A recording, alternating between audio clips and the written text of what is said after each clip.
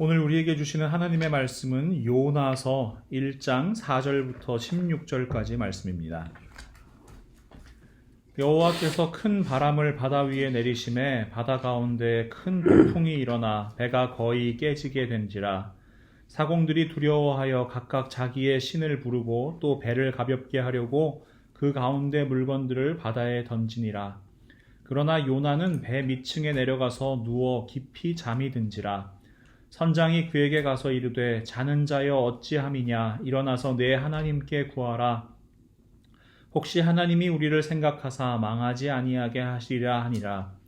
그들이 서로 이르되 자 우리가 제비를 뽑아 이 재앙이 누구로 말미암아 우리에게 임하였나 알아보자 하고 곧 제비를 뽑으니 제비가 요나에게 뽑힌지라. 무리가 그에게 이르되 청하건대 이 재앙이 누구 때문에 우리에게 임하였는가 말하라. 내 생업이 무엇이며 내가 어디서 왔으며 내 나라가 어디며 어느 민족에 속하였느냐 하니 그가 대답하되 나는 히브리 사람이요 바다와 육지를 지으신 하늘의 하나님 여호와를 경외하는 자로라 하고 자기가 여호와의 얼굴을 피함인 줄을 그에게 말하였으므로 무리가 알고 심히 두려워하여 이르되 내가 어찌하여 그렇게 행하였느냐 하니라. 바다가 점점 흉용한지라. 무리가 그에게 이르되 우리가 너를 어떻게 하여야 바다가 우리를 위하여 잔잔하겠느냐 하니 그가 대답하되 나를 들어 바다에 던지라. 그리하면 바다가 너희를 위하여 잔잔하리라. 너희가 이 큰 폭풍을 만난 것이 나 때문인 줄을 내가 아노라 하니라.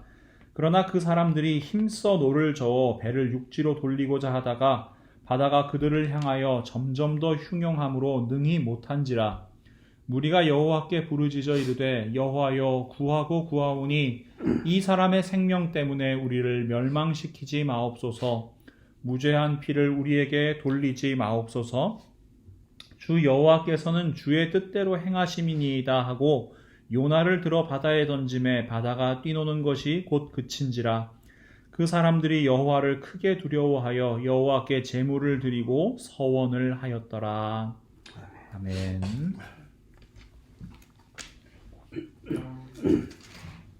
사순절 기간 동안 요나의 모습을 통해서 우리의 신앙을 점검해 나가고 있습니다. 요나는 하나님의 얼굴을 피하여 달아납니다. 니느웨로 가지 않고 다시스로 달아납니다. 북동쪽을 향해야 할 그가 남서쪽을 향해서, 내륙을 향해야 할 그가 바다를 향해서 달아납니다. 이 요나가 욥바에서 마침 다시스로 가는 배를 타고 이제 항해를 시작했는데요. 그러나 그 배는 얼마 가지 못해 큰 폭풍을 만나게 됩니다. 오늘 본문 4절 말씀인데요. 여호와께서 큰 바람을 바다 위에 내리심에 바다 한가운데 큰 폭풍이 일어나 배가 거의 깨지게 된지라. 여기서 우리 이 폭풍을 대하는 태도를 한번 비교해 보면 좋겠습니다. 먼저 이방인들, 이방 선원들이 폭풍을 대하는 태도입니다. 5절 상반절을 한번 보세요. 사공들이 두려워하여 각각 자기의 신을 부르고 또 배를 가볍게 하려고 그 가운데 물건들을 바다에 던지니라. 바다에 익숙한 선원들도 두려움에 떨 만큼 큰 폭풍이 찾아왔습니다. 항해 기술이 발달한 현대에도 그렇지만 과거의 이 뱃사람들에게 바다는 두려움의 대상이었습니다. 그래서 선원들은 바다와 관련된 신들을 많이 숭배했고 또 여러 가지 미신을 믿는 경우가 많았습니다. 여러분, 이 선원들이 하면 안 되는 그 행동들이 많은데요. 그 중에 하나가 이 휘파람을 불면 안 되는 거래요. 네. 그 폭풍이라는 게 바다의 신이 노여워해서 이렇게 일어나는 거다 이렇게 믿었는데 휘파람이 그 바람 소리랑 비슷하잖아요. 그래서 이 사람이 신의 영역을 넘보는 행위다. 그래서 바다의 신이 노해서 폭풍을 불러온다. 뭐 이런 믿음 때문에 지금도 그 선원들 또 해군들은 바다 위에서 휘파람을 부는 게 금지되어 있다고 합니다. 요나가 탄 배의 선원들 각각 그래서 자기가 믿는 신에게 기도하기 시작합니다. 살려달라고요. 이 폭풍을 멈춰달라고요. 게다가 그들은 배를 가볍게 만들어서 폭풍으로부터 빠져나가기 위해 소중한 화물들을 바다에 내던지기까지 합니다. 그런데 요나의 모습은 어떻습니까? 5절 하반절을 보시면 그러나 요나는 배 밑층에 내려가서 누워 깊이 잠이 든지라. 요나는 지금 자고 있어요. 배 위에서는 폭풍과 맞서서 사람들이 애를 쓰고 있는데 요나는 자고 있습니다. 아무것도 하지 않습니다. 오죽하면 선장이 요나에게 이렇게 이야기합니다. 6절 말씀을 제가 새번역 성경으로 읽어드릴게요. 마침 선장이 그에게 와서 그를 보고 소리쳤다. 당신은 무엇을 하고 있소? 잠을 자고 있다니. 일어나서 당신의 신에게 부르짖으시오. 행여라도 그 신이 우리를 생각해 준다면 우리가 죽지 않을 수도 있지 않소. 얼른 일어나서 기도하라는 겁니다. 살기 위해서 뭐라도 해보라는 거죠. 참 안타까운 모습입니다. 여러분, 요나가 뭐 하는 사람입니까? 그는 하나님의 선지자였습니다. 사실 이 선지자라는 사람들은 대단한 사람들입니다. 예레미야 23장 18절 말씀에 이런 말씀이 있어요. 누가 여호와의 회의에 참여하여 그 말을 알아들었으며 누가 귀를 기울여 그 말을 들었느냐. 예레미야 선지자가 지금 남유다에서 거짓 평화를 전하던 거짓 선지자를 향해서 하나님의 경고를 선포하는 거거든요. 누가 너희 거짓 선지자들 중에 하나님의 회의에 참여한 사람이 있느냐? 하나님의 말씀을 직접 들은 사람이 있느냐? 이렇게 묻는 거예요. 그러니까 여러분, 원래 선지자라는 사람들은요, 하나님의 회의에 참여하는 사람들이에요. 하나님의 말씀을 직접 듣고 전하는 사람이 선지자입니다.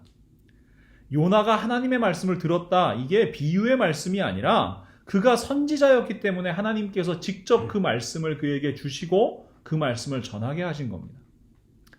그러면 여러분, 선지자라면요, 이 폭풍 속에서 뭘 해야 합니까? 깨어 있어야죠. 기도해야죠. 심지어 요나는 이 폭풍이 누구 때문인지, 무엇 때문인지 잘 알고 있는 사람이었습니다. 9절과 10절 말씀을 제가 읽어드립니다. 그가 대답하되 나는 히브리 사람이요 바다와 육지를 지으신 하늘의 하나님 여호와를 경외하는 자로라 하고 자기가 여호와의 얼굴을 피함인 줄을 그에게 말하였으므로 무리가 알고 심히 두려워하여 이르되 내가 어찌하여 그렇게 행하였느냐 하니라. 폭풍이 왜 일어났습니까? 요나가 하나님의 얼굴을 피했기 때문에 일어났습니다. 하나님 말씀과 정반대의 길을 가고 있기 때문에 일어났습니다. 요나가 그 사실을 알고 있다면 어떻게 해야 합니까? 하나님께 기도해야죠. 하나님, 제가 잘못했습니다. 이제라도 하나님 말씀에 순종하겠습니다. 하나님 말씀하신 대로 니느웨로 가서 회개를 선포하겠습니다. 이 배에 탄 사람들 아무런 잘못 없어요, 하나님. 저 때문에 이 많은 사람들이 고통당하지 않게 해주십시오. 하나님 앞에서 저의 잘못을 회개합니다. 저와 이 사람들 불쌍히 여겨주십시오. 여러분, 이것이 선지자로서의 기도겠죠. 그런데 요나는 기도하지 않습니다. 그와 함께 있던 사람들한테 정말 엉뚱한 소리를 하는데요. 12절 말씀입니다. 그가 대답하되 나를 들어 바다에 던지라. 그리하면 바다가 너희를 위하여 잔잔하리라. 너희가 이 큰 폭풍을 만난 것이 나 때문인 줄을 내가 아노라 하니라. 요나는 기도하지 않고요, 엉뚱한 소리를 해요. 자기를 죽이라는 겁니다. 여러분, 이게 무슨 숭고한 희생정신, 거룩한 헌신 이런 걸로 착각하시면 안 됩니다. 이 말은 무슨 말이냐면요, 나는 죽어도 니느웨는 안 가겠다는 겁니다. 지난주 설교에서 말씀드린 것처럼 만약에 요나가 니느웨에 가서 회개를 선포하면 어떻게 돼요? 요나는 모든 것을 잃게 됩니다. 북이스라엘에서 그가 가진 명성, 지위, 인기 이 모든 것이 한순간에 사라지게 될 겁니다. 그렇게 되느니 차라리 지금 이 사람들에게 죽임을 당하는 것이 낫겠다. 이것이 요나의 마음이지요. 여러분, 효녀 심청이 생각나시죠? 아버지 눈뜨게 해보겠다고 공양미 300석을 받고 인당수에 몸을 던졌습니다. 근데 요나는요, 분명히 선지자인데 심청이만도 못한 모습을 지금 보이고 있는 겁니다. 철저히 자기중심적이죠. 그럼 요나의 이야기를 들은 이방인 선원들이 바로 요나를 바다에 던지나요? 옳았구나 하고 이 사람만 죽이면 모든 것이 해결되겠다. 그렇질 않습니다. 13절 말씀 보시면요. 그러나 그 사람들이 힘써 노를 저어 배를 육지로 돌리고자 하다가 바다가 그를 향하여 점점 더 흉용함으로 능히 못한지라. 말이 그렇지 여러분. 멀쩡한 사람 바다에 던진다는 것이 쉬운 일이었겠습니까? 지금 다 같이 살자고 하는 건데 누군가를 죽이는 것이 쉬운 일이었겠습니까? 선원들은 끝까지 최선을 다하는 겁니다. 요나를 바다에 던지지 않으려고요. 그러나 사람이 어떻게 하나님이 이길 수 있겠습니까? 그들의 모든 노력은 수포로 돌아가고 마침내 선원들은 하나님 앞에서 부르짖습니다. 14절부터 16절 말씀입니다. 무리가 여호와께 부르짖어 이르되 여호와여 구하고 구하오니 이 사람의 생명 때문에 우리를 멸망시키지 마옵소서. 무죄한 피를 우리에게 돌리지 마옵소서. 주 여호와께서는 주의 뜻대로 행하심이니이다 하고 요나를 들어 바다에 던짐에 바다가 뛰노는 것이 곧 그친지라. 그 사람들이 여호와를 크게 두려워하여 여호와께 제물을 드리고 서원을 하였더라. 여러분, 요나와 이방 선원들의 모습 한번 비교해 보겠습니다. 선지자 요나는 기도하지 않습니다. 그러나 이방인들은 하나님 앞에서 기도합니다. 하나님께 부르짖습니다. 선지자 요나는 자기가 창조주 하나님을 경외하는 사람이라고 말은 하지만 사실 하나님을 경외하지 않습니다. 그러나 이방인 선원들은 하나님을 두려워합니다. 선지자 요나는 자기 이익 때문에 니느웨 사람들을 살리지 않고 멸망하게 하는 길을 선택합니다. 그러나 이방인들은 생면부지의 요나를 바다에 던지지 않기 위해서 최선을 다합니다. 선지자 요나와 이방 선원들의 모습, 하나님을 믿는다고 하는 사람과 하나님을 믿지 않는 사람의 모습, 여러분 도대체 우리는 지금 뭘 보고 있는 거죠? 두 가지 모습이 뒤바뀐 건 아닙니까? 저는 지난 2000년 뉴 밀레니엄 시대를 맞이하면서 교회와 세상과의 관계가 참 큰 변화를 겪었다고 생각합니다. 2000년도 이전에는요, 교회가 세상을 걱정하는 시대였습니다. 날로 어두워져가는 세상을 위해서 교회가 깨어서 기도해야 된다고 했습니다. 타락한 세상을 거룩하게 하는 것이 교회의 사명이라고 이야기했습니다. 여러분 무슨 성시화 운동 이런 거 들어보셨죠? 그런데 2000년도 이후에 큰 변화가 일어났습니다. 이제는 세상이 교회를 걱정하는 시대가 되었습니다. 세상보다 더 세속적인 교회의 모습, 타락한 목회자들의 모습, 그리스도인이라는 이름이 부끄러운 모습에 대해 수많은 사람들 또 수많은 매체들이 이야기합니다. 이런 겁니다. 교회를 세습하다니요. 교회가 재벌입니까? 교회가 독재국가입니까? 아버지 목사가 아들 목사에게 담임 목사 자리를 세습하는 거 잘못된 거 아닌가요? 목사가 자신의 성도와 부적절한 성관계를 가지면 안 되는 거 아닌가요? 특히 어린 학생들을 대상으로 그런 행위를 하면 안 되는 거 아닌가요? 교회가 수많은 재산을 소유하고 가난한 이들을 모른 척하면 안 되는 거 아닌가요? 교회가 세상보다는 좀 더 깨끗해야 되는 거 아닌가요? 그리스도인이라면 예수를 닮기 위해, 예수의 가르침을 따르기 위해 노력해야 되는 거 아닌가요? 여러분, 세상이 교회를 걱정하고 있습니다. 세상이 교회를 향해 묻고 있습니다. 세상이 우리 그리스도인들을 향해 묻고 있는 겁니다. 정말 교회의 모습인지, 정말 그리스도인의 모습인지. 그런데 안타깝게도 수많은 교회들과 또 수많은 그리스도인들은 이러한 질문을 외면합니다. 여러분, 이것이 바로 영적 교만입니다. 예수님께서 이 땅에 오셔서 바로잡고자 하셨던 문제 중에 하나가 바로 이 영적 교만함이었습니다. 예수님께서는 공생의 사역을 시작하시고 얼마 지나지 않아 다시 고향 나사렛을 찾아가십니다. 안식일에 회당에 들어가셔서 이사야서 61장 말씀을 읽으시는데요.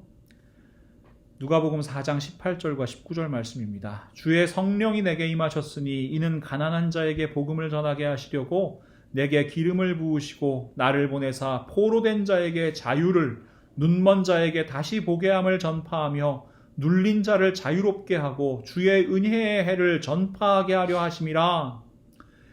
이것은 메시아 사명 선언문이라고 불리는 말씀입니다. 그리고 예수님께서 이어서 이렇게 말씀하십니다. 이 글이 오늘 너희 귀에 응하였느니라. 이사야 선지자가 예언한 하나님의 말씀이 이루어진 분, 말씀이 육신이 되어 이 땅에 오신 분이 바로 예수님이심을 선포하셨습니다.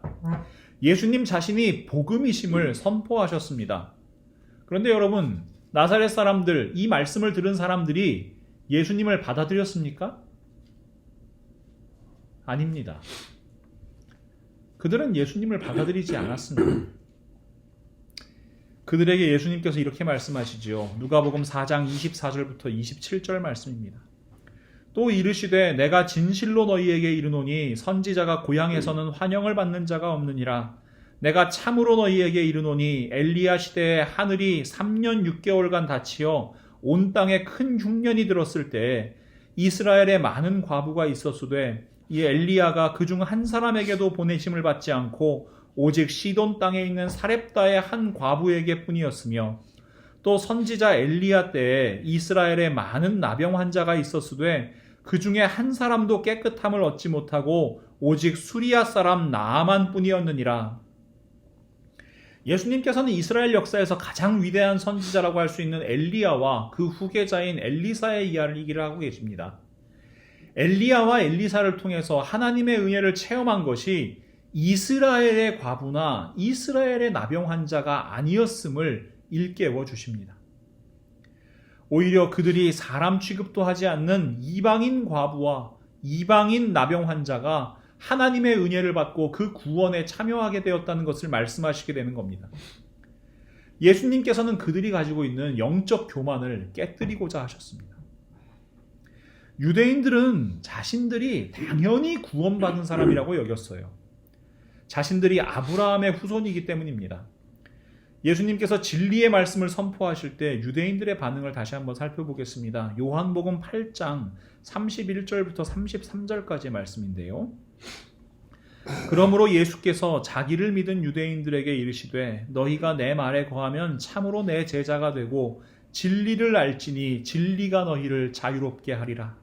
그들이 대답하되 우리가 아브라함의 자손이라 남의 종이 된 적이 없거늘 어찌하여 우리가 자유롭게 되리라 하느냐. 이게 무슨 말입니까? 우리는 지금 네가 얘기하는 것처럼 종이 아니라는 거예요. 아브라함의 후손이기 때문에 우리는 이미 구원받은 사람들이라는 거예요. 아브라함의 후손이기 때문에 우리는 거룩한 하나님 나라 백성이라고 생각하는 거예요. 그러나 예수님께서는요, 그러한 유대인들의 생각이 착각이라고 말씀하십니다. 그러한 유대인들의 믿음이 영적 교만함이라고 말씀하십니다. 하나님을 믿는다고 착각하고 있지만 사실 그렇지 않다고 말씀하십니다. 요한복음 8장 47절 말씀입니다. 하나님께 속한 자는 하나님의 말씀을 듣나니 너희가 듣지 아니함은 하나님께 속하지 아니하였음이로라. 무서운 말씀이죠. 너희들 하나님 믿는다고 생각하고 있지? 그런데 사실 너희들 하나님 믿고 있는 거 아니야 라고 말씀하시는 겁니다. 그렇다면 누가복음에서 예수님의 말씀을 들은 나사렛 사람들, 또 요한복음에서 예수님의 말씀을 들은 유대인들 회개했습니까? 영적 교만함을 내려놓고 예수님께로 돌아왔습니까? 회개하고 하나님 제대로 믿고 하나님 말씀대로 살아가는 거룩한 백성 되었습니까? 아닙니다. 안타깝게도 두 복음서에서 예수님의 말씀을 들은 사람들은 공통적으로 이런 반응을 보입니다. 그 말씀을 하신 예수님을 죽이려고 하는 겁니다. 여러분, 우리 또한 영적 교만함에 빠지기 쉽습니다. 하나님의 말씀, 예수님의 말씀 듣지 않고 귀를 닫아버리며 살 때가 많습니다. 우리 역시도 유대인들이 하던 착각을 그대로 하면서 살아가는 경우가 참 많습니다. 그것이 어떤 착각일까요? 여러분, 누가복음 15장을 보면 우리가 너무나 잘 아는 돌아온 탕자 이야기가 적혀 있습니다. 어떤 사람에게 두 아들이 있었습니다. 그런데 둘째 아들이 아버지에게 유산을 미리 달라고 요구합니다. 불효막심한 일이죠. 그러더니 그 재산을 가지고 먼 나라에 가서 허랑방탕한 생활을 합니다. 그러다가 모든 재산을 탕진해버리죠. 부잣집 도련님이었던 그가 돼지를 치는 일을 하게 됩니다. 유대인들 기준에서는 가장 낮고 천한 일입니다. 배가 고파 죽겠는데 먹을 것이 없습니다. 마침내 이 둘째 아들은 결심합니다. 아버지께 돌아가기로요. 가서 더 이상 아들이 아니어도 좋다. 나는 아버지 집에 가서 이제 종으로 살겠다. 이런 마음으로 돌아갑니다. 저 멀리에 아버지의 집이 보입니다. 그런데 놀라운 일이 일어납니다. 아버지께서 그를 보고 달려옵니다. 그의 목을 끌어안고요. 그에게 입을 맞추고요. 둘째 아들은 아버지에게 이렇게 얘기합니다. 누가복음 15장 21절 말씀입니다. 아들이 이르되 아버지, 내가 하늘과 아버지께 죄를 지었사오니 지금부터는 아버지의 아들이라 일컬음을 감당하지 못하겠나이다 하나. 그런데 아버지의 마음은 다른 거예요. 22절과 24절. 아버지는 종들에게 이르되 제일 좋은 옷을 내어다가 입히고 손에 가락지를 끼우고 발에 신을 신기라. 그리고 살진 송아지를 끌어다가 잡으라. 우리가 먹고 즐기자.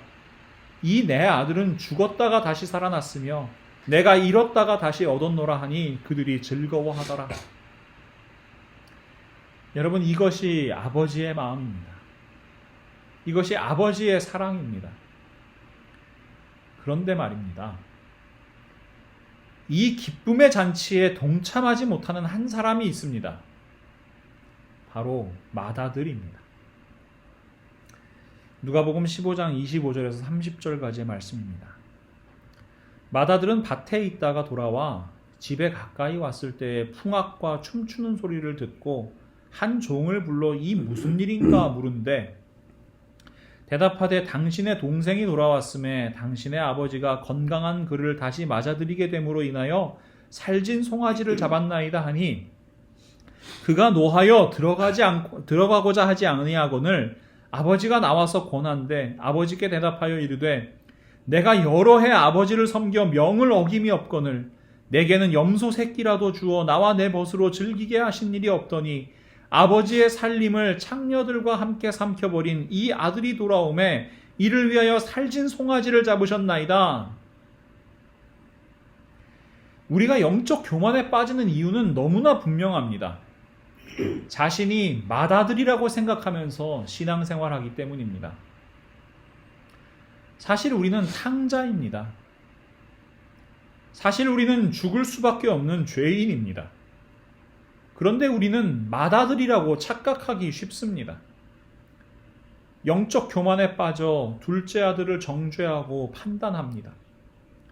영적 교만에 빠져서 아버지의 말씀을 듣지 않습니다. 들어와라, 함께 즐거워하자. 들어가지 않지요. 아버지의 마음, 그 크신 사랑에 관심이 없습니다. 내가 여러 해 아버지를 섬겨 명을 어김이 없거늘 자기 의에 빠져 있는 겁니다. 그래서 이 사람은 어떻게 합니까? 아버지께 화내고 아버지의 마음을 아프게 합니다. 예수님의 비유에서 이 맏아들은 율법주의에 빠져서 율법을 주신 하나님의 마음을 잃어버린 바리새인과 서기관들, 또 아브라함의 자손임을 내세우며 자신이 의인인 줄 알았던 유대인들을 의미한다고 이야기합니다. 그러나 이 예수님의 말씀은 영적 교만에 빠지기 쉬운 우리 모두를 향한 말씀입니다. 하나님의 말씀을 보고 듣고 연구하지만 그 귀에 할례를 받지 않는 교만한 우리의 모습. 하나님은 물론 세상으로부터도 염려와 걱정, 비판과 경고를 들으면서도 마음의 할례를 받지 않는 교만한 우리의 모습을 향해 예수님께서 말씀하시는 겁니다. 너희는 맏아들이 아니라 돌아온 둘째 아들이라고 말씀하시는 겁니다. 아버지께서 사랑하셔서 그 품에 꼭 안아주신 둘째 아들이라고 말씀하시는 겁니다. 아무런 소망이 없는 인생이고 비참한 인생이었던 너희들을 아버지께서 끌어안으시고 값없이 생명을 주셨노라고 말씀하시는 겁니다. 그렇다면 우리는 어떻게 이 영적 교만으로부터 벗어날 수 있습니까? 여러분, 다른 길은 없습니다. 오직 십자가입니다. 오직 예수 그리스도의 십자가만이 그 영적 교만함으로부터 우리를 끌어낼 수 있습니다. 예수님께서 십자가에서 돌아가실 때 모습을 기록한 말씀을 읽어드립니다. 마가복음 15장 33절부터 39절까지의 말씀입니다. 제6시가 되매 온 땅에 어둠이 임하여 제9시까지 계속하더니 제9시에 예수께서 크게 소리 지르시되 엘리 엘리 라마 사박다니 하시니 이는 번역하면 나의 하나님 어찌하여 나를 버리셨나이까 하는 뜻이라. 곁에 섰던 자 중 어떤 이들이 듣고 이르되 보라 엘리야를 부른다 하고 한 사람이 달려가서 해면에 신 포도주를 적시어 갈대에 꿰어 마시게 하고 이르되 가만두라 엘리야가 와서 그를 내려주나 보자 하더라. 예수께서 큰 소리를 지르시고 숨지시니라. 이에 성소 휘장이 위로부터 아래까지 찢어져 둘이 되니라. 예수를 향하여 섰던 백부장이 그렇게 숨지심을 보고 이르되 이 사람은 진실로 하나님의 아들이었도다 하더라. 인간의 몸을 입으신 예수님께서는 십자가의 모진 고통과 수치를 말 그대로 온몸으로 감당하셔야만 했습니다.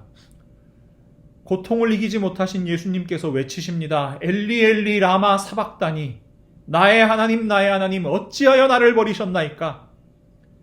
그런데 여러분, 정말로 안타깝고 비참한 사실은 이 십자가 아래에서도 오늘 말씀과 똑같은 모습이 나타난다는 겁니다.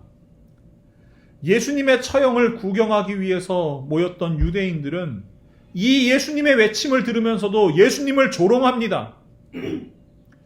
하나님의 백성이라고 자부하던 이들이 그들을 찾아오신 하나님을 십자가에 못 박아 죽이는 겁니다. 야, 엘리야를 부르나 보다. 엘리야가 와서 저 사람 끌어내주나 보자.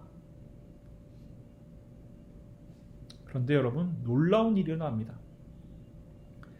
십자가에서 돌아가시는 예수님의 모습을 바라보던 이방인, 로마의 군인이었던 백부장의 입술에서 정말 놀라운 고백이 터져 나옵니다. 이 사람은 진실로 하나님의 아들이었도다. 사랑하는 성도 여러분, 요나는 착각하였습니다. 선지자라는 직분이 그를 착각하게 만들었습니다. 어렸을 때부터 가지고 있었던 지식이 또 신앙의 습관이 그를 착각하게 만들었습니다. 이방인들과 비교하면서 영적으로 우위에 있다고 생각하는 교만함이 그를 착각하게 만들었습니다. 사실은 하나님을 경외하지 않지요. 그런데 하나님을 경외하는 삶을 살고 있다고 착각하게 만들었습니다. 하나님의 말씀 듣지 않지요. 정반대의 길로 걸어가지요.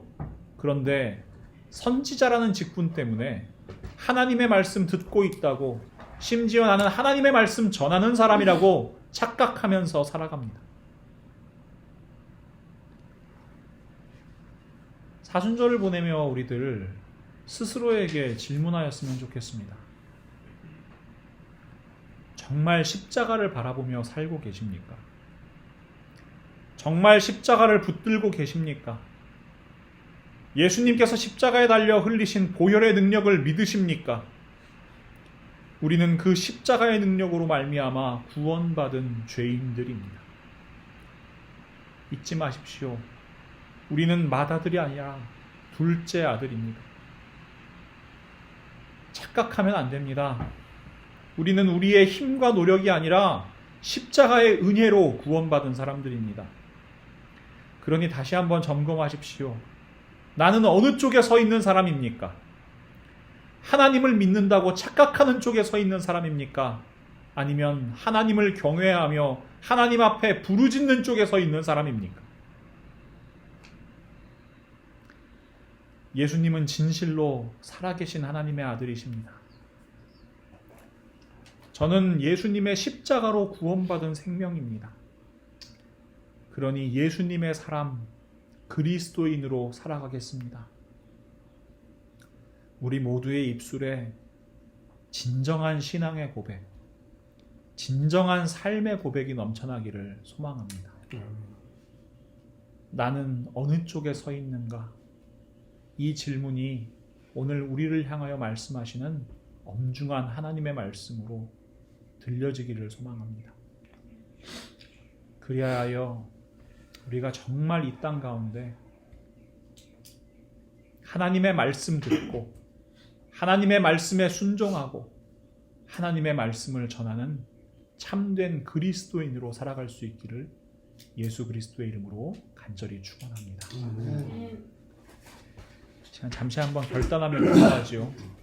하나님, 저희들 오래 믿었습니다. 근데 정말로 저희들 믿고 있는 겁니까? 정말 저희들이 서 있는 자리가 어느 자리입니까? 하나님을 믿는 척하는 자리입니까? 아니면 정말로 하나님께 부르짖으며 하나님을 경외하는 자리입니까? 우리 시간 결단하지요. 하나님, 정말로 하나님을 믿는 자리, 그 십자가 앞에 서게 하여 주시옵소서. 잠시 한번 같이 기도하겠습니다. 하나님, 오늘도 하나님의 말씀으로 저에게 말씀하여 주심을 감사합니다. 저희의 모습을 돌아봅니다. 정말 하나님을 믿는 척하는 모습인지 아니면 정말로 하나님 앞에 부르짖고 있는 모습인지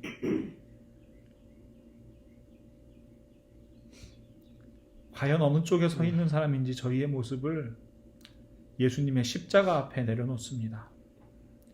저희의 부족함과 연약함 우리 하나님께서 아시오니 이 시간 저희들의 마음을 붙잡아 주시고 저희들이 오직 십자가의 은혜와 사랑으로 구원받은 죄인임을 다시 한번 고백하게 하여 주시옵소서. 하나님, 이제 결단합니다. 이 사순절 보내며 다시 한번 하나님 앞에서 고백하기를 원합니다. 하나님, 저희들 그리스도인입니다. 십자가에 못 박히신 그 예수 그리스도의 피로 구원받은 하나님의 백성입니다. 저희들 이 고백으로 살아가는 사람들 다 되게 하시고 저희들 이 땅 가운데 정말 참된 그리스도인으로 그 하나님의 사랑과 그 십자가의 은혜를 선포하는 사람들 다 되게 하여 주시옵소서. 하나님께서 맡겨주신 그 사명 잘 감당할 수 있도록 우리 하나님께서 힘과 지혜와 능력과 용기를 저희에게 더하여 주시옵소서. 예수님의 이름으로 간절히 기도합니다.